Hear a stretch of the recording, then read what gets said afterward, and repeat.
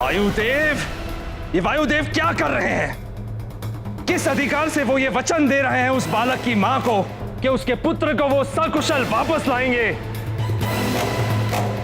वो मेरे कार्यों में हस्तक्षेप कर रहे हैं, ये अनुचित है। अनुचित कार्य तो आपने किया है देवराज इंद्र। प्रणाम देवगुरु बृहस्पति। कबोध बालक पर वज्र जैसे प्राण घातक अस्त्र से प्रहार किया आपने। आपके हाथ थरथराए नहीं ऐसा करते हुए?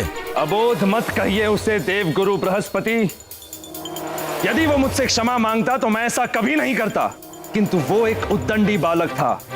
मैंने जो भी किया वो उचित था। सृष्टि के विधान और नियमों के अनुसार ही मैंने न्याय किया है। न्याय?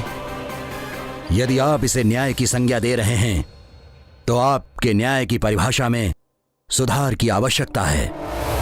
न्याय अन्याय का ज्ञान है मुझे देवगुरु बृहस्पति। मैं देवों का राजा देवराज इंद्र हूं। समस्त सृष्टि और प्रकृति को विधान और नियमों के अनुसार संचालित करने का उत्तरदायित्व मेरा ही है।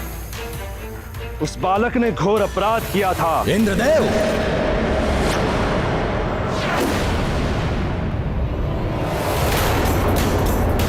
अपराध के पीछे कोई आपराधिक भावना थी या नहीं? अपराध करने वाले की आयु क्या थी?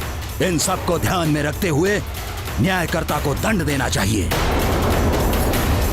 एक बालक ने कितना भी घोर अपराध किया हो, किंतु संसार के किसी भी विधान में एक अबोध बालक के लिए मृत्युदंड की व्यवस्था नहीं हो सकती। और यदि कोई ऐसा करता है तो वो स्वयं अपराधी माना जाएगा। देवगुरु बृहस्पति, यदि आपको ऐसा लगता है कि मैंने अन्याय किया है तो मैं अभी इसी क्षण आपको देव संहिता दिखा देता हूं, जिसमें कहीं भी कभी भी वयस्क या बालक का उल्लेख ही नहीं किया गया है। प्रकृति के कार्यों में हस्तक्षेप करने वाले को केवल दंड ही मिलता है।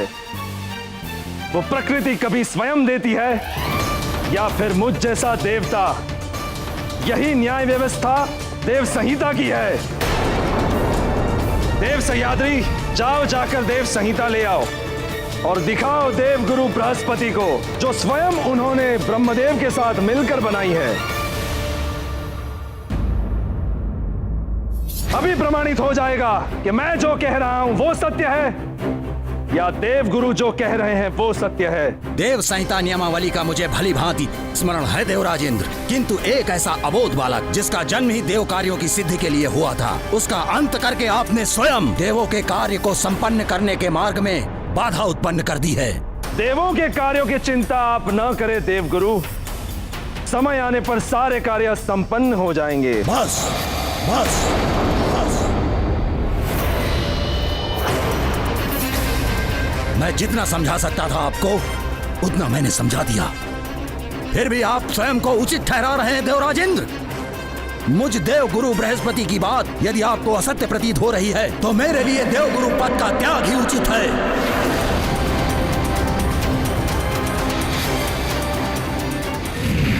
हाँ?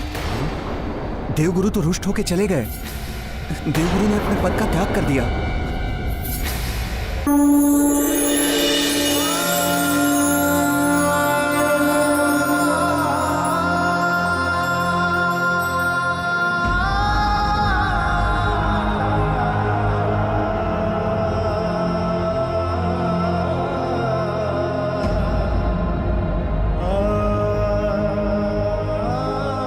हे जगत पालक श्री हरि विष्णु देव, हे जगत कर्ता ब्रह्मा जी,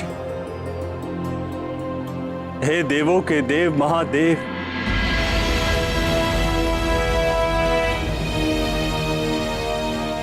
अब आपके समक्ष है ये अबोध मारुति। आप त्रिदेवों से तो संसार में कुछ भी नहीं छिपा।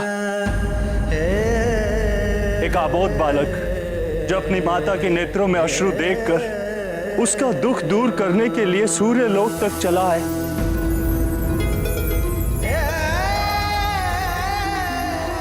मारुति ने तो बालपन में सूर्य को अपना ग्रास बनाया, किंतु इंद्रदेव तो बालक नहीं है, जो उन्हें यह भी ज्ञान नहीं कि एक बालक को कितना दंड देना चाहिए। हे त्रिदेवों, अन्याय हुआ है इस बालक के साथ। इंद्र ने वज्र से प्रहार किया है इस पर।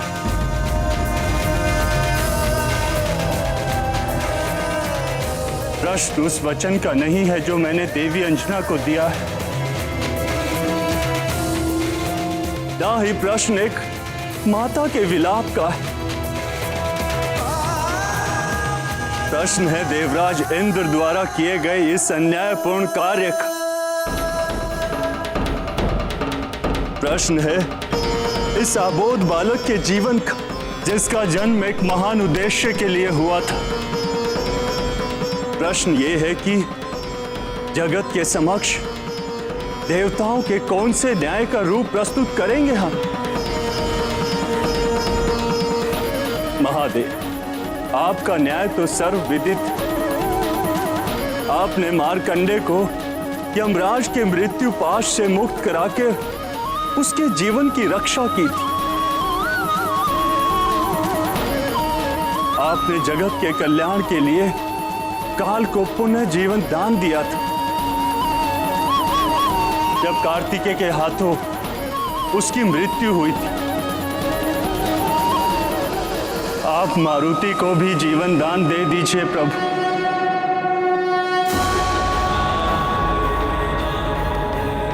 पुनः जीवित कर दीजिए उसे, जीवित कर दीजिए मेरे मारुति को।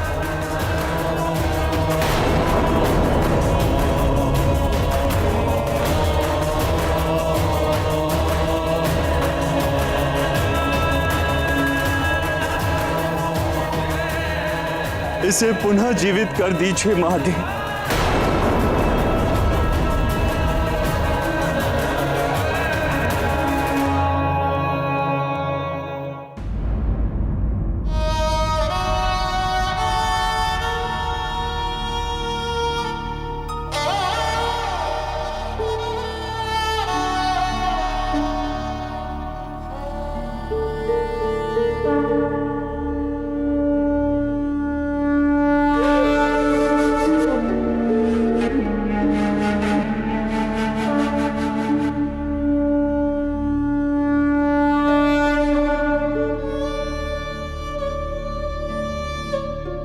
हे भोलेनाथ, हे करुणा के सागर, हे कृपा सिंधु,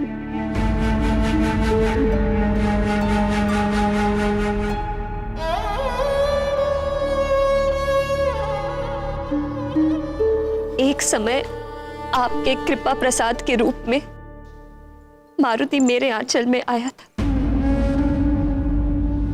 आज पुनः मेरा आंचल सूना हो गया है। इसे फिर से भर दीजिए भोलेनाथ।